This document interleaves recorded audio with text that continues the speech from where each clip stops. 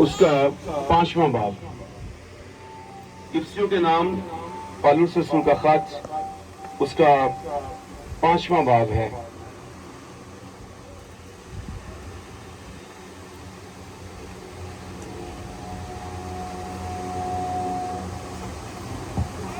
اور اس کی 17ویں آیت سے ہم یہ پڑھیں گے، بلکہ 18ویں آیت سے۔ 5ویں باب کی 18ویں آیت سے یوں لکھا ہے، اور شراب میں متوالے نہ بنو، کیونکہ اس سے بد چلنی واقع ہوتی ہے، بلکہ روح سے معمور ہوتے جاؤ، اور آپس میں مزامیر اور گیت اور روحانی غزلیں گایا کرو، اور دل سے خداوند کے لیے گاتے بجاتے رہا کرو، اور سب باتوں میں ہمارے خداوند یسوع مسیح کے نام سے ہمیشہ خدا باپ کا شکر کرتے رہو، اور مسیح کے خوف سے ایک دوسرے کے تابع رہو۔ خدا کی کلام کے پڑھے اور سنے جانے پر خدا کی برکت ہو۔ آج کا ہمارا جو عنوان ہے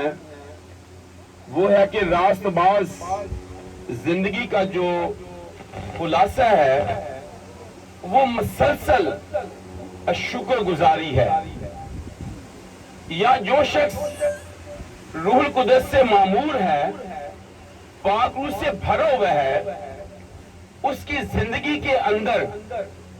خدا کی شکر گزاری جو ہے وہ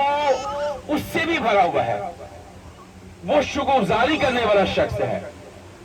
اور یہ شکر گزاری اس کی زندگی کے اندر کوئی موسمی نہیں ہوتی ہے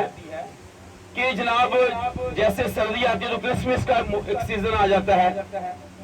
پھر بہار کا موسم آتا ہے تو پھر ہم کہتے ہیں کہ اب ایسٹر آنے والا ہے، اور پھر ہم اس سلسلے میں چلے جاتے ہیں۔ یہ جو شکر گزاری ہے یہ اس کی زندگی کا حصہ بن جاتی ہے، یہ اس کی زندگی کی بنیادوں میں چلی جاتی ہے، یہ اس کی زندگی کے پلرز ہیں، ستون ہیں، جو اس کی روحانی لائف کو پورے طور پر کمپلیٹلی جو ہے وہ جکڑے ہوتے ہیں، جن پر وہ سٹینڈ کرتا ہے۔ اس کی برکت اس کی محنت کے ساتھ منسلک نہیں ہوتی ہے، اس کی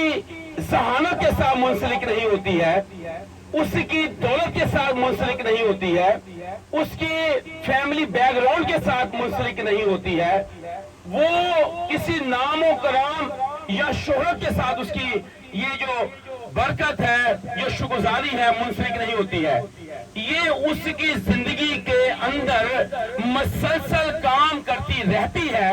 اور یہ مسلسل اس سے محسوس ہوتا رہتا ہے، اس کی زندگی سے شکر گزاری جو ہے وہ ڈھونڈنی نہیں پڑتی ہے، اسے کوئی وقت نہیں ملتا ہے، اسے کوئی ماہ کوئی سال کی بات نہیں ہوتی ہے کہ ہر سال بڑے دن کے بعد نویں سال تک شکر گزاری کریں گے، مہینے بعد شکر گزاری کریں گے، بلکہ وہ کنٹینیو لگاتار اس کی زندگی کے اندر شکر گزاری ہوتی ہی رہتی ہے، یہ چشمہ جاری ہی رہتا ہے، اور یہ روح القدس کا کام ہے کہ اس کی زندگی کے اندر آ کر رہ کر وہ اس کی شکرگزاری کرتا ہے، وہ پرستش کے ذریعے سے شکرگزاری کرتا ہے، وہ اپنے بدن کے ذریعے سے شکرگزاری کرتا ہے، وہ اپنے ہونٹوں سے اس کی شکرگزاری کرتا ہے، وہ مسلسل خدا کی شکرگزاری کرتا رہتا ہے۔ یہ موسمی نہیں ہوتی ہے، یہ راست باز زندگی ہے جو اس سے شکر گزاری کرنے کے سبب سے حاصل ہوتی ہے۔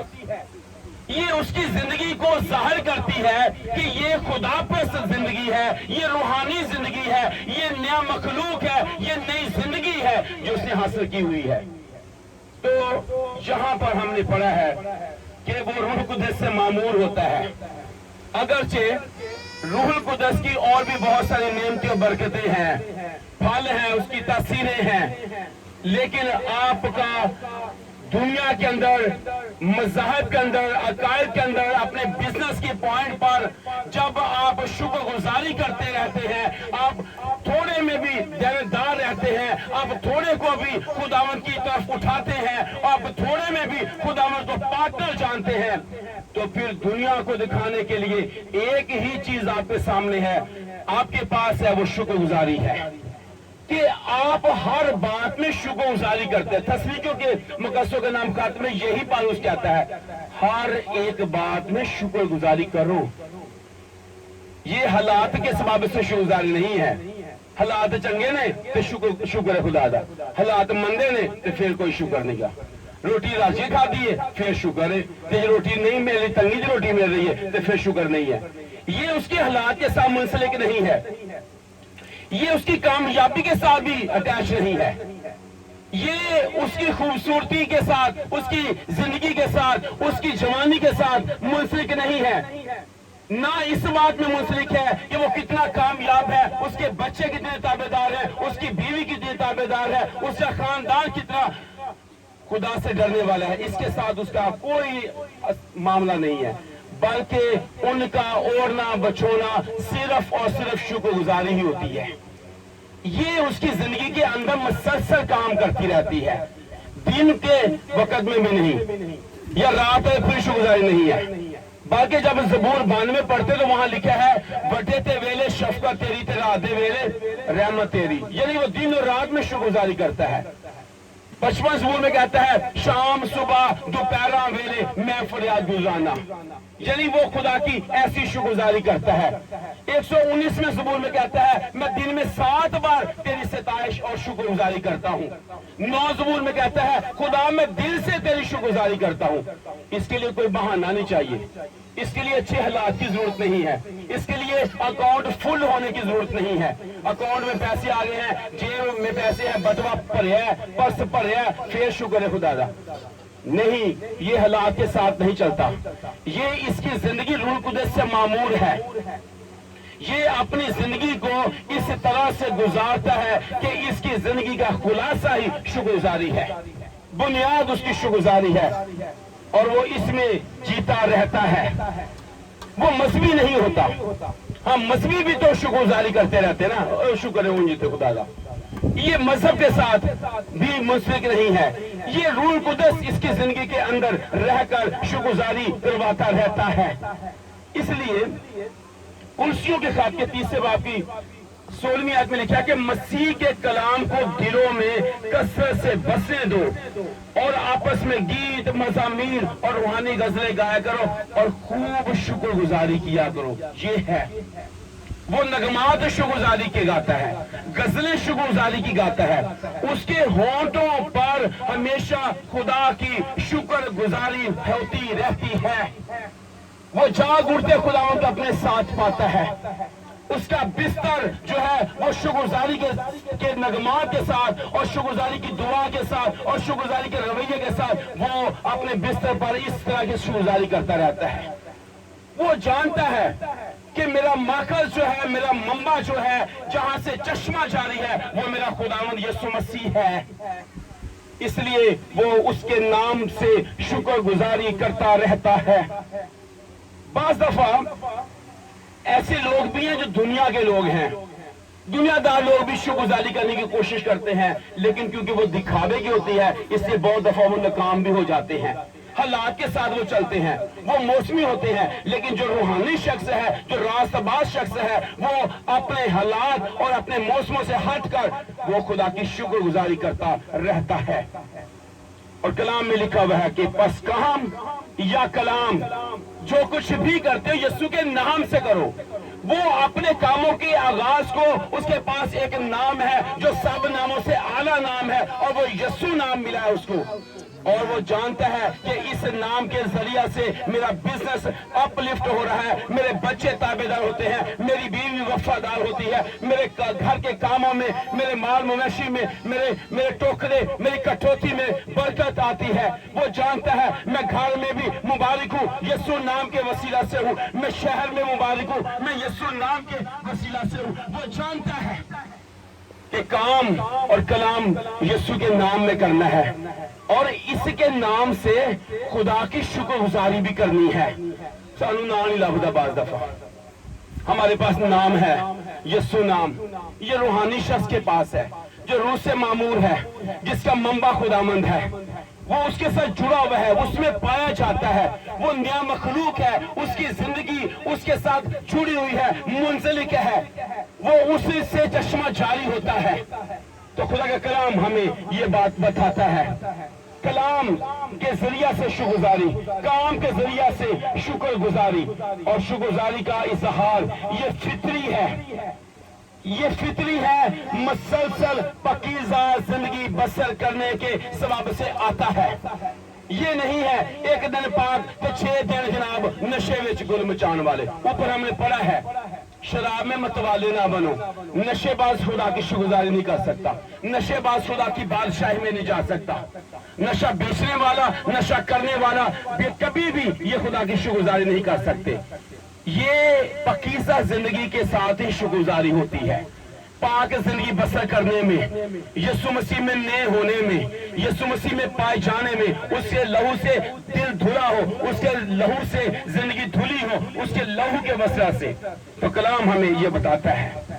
یہ شکرگزاری کا اظہار جو ہے یہ اس کی زندگی میں ہمیشہ ہوتا رہتا ہے، وہ پاک بنا رہتا ہے، وہ خداوند کے لیے پاک ہوتا ہے۔ اسے معلوم ہے کہ خداوند پاک ہے، مجھے بھی سب باتوں میں پاک بننا ہے، کردار میں پاک، چال چلن میں پاک، گفتار میں پاک، اس کی گفتگو پاک، اس کا کردار پاک، اس کا لباس پاک، اس کا اٹھنا بیٹھنا پاک، اس کا سونا پاک، اس کا لیٹنا پاک، اور وہ خوابوں میں بھی بعض لوگ اپنے بستر پر برے خیالوں اور برے منصوبے باندھتے ہیں،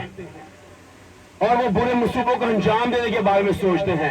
لیکن جو شکرگزاری کرنے والا ہے اس کا بستر پاک، اس کی خوابگاہ کی چھان بین ہوتی ہے۔ اس سے تو 147 زبور میں کہتا ہے خداوند تو میری خوابگاہ کی بھی چھان بین کرتا ہے، میرے دل کو تو نے بنایا ہے، میری ماں کے رحم سے تو مجھے جانتا ہے۔ یہ شخص خدا کی شکرگزاری کرتا ہے جس کو خداوند ماں کے رحم سے جانتا ہے، یہ شکرگزاری اس کی زندگی میں ہوتی رہتی ہے۔ خوشی اور شکرگزاری ہر چیز کے لیے، یہ نہیں ہے کہ چند باتوں کے لیے گھر بنایا تو پھر شکرگزاری، تو باقی گلیں شکرگزاری نہ ہوگی، دنوں کے لیے،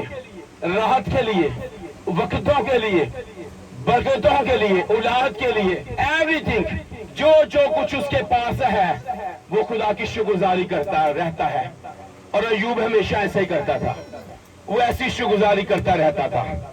ہر بات میں خوشی اور شکرگزاری اس کی زبان پر رہتی ہے۔ روح سے معمور لوگ ایسے ہی زندگی بسر کرتے، ایسے برتاؤ کرتے ہیں،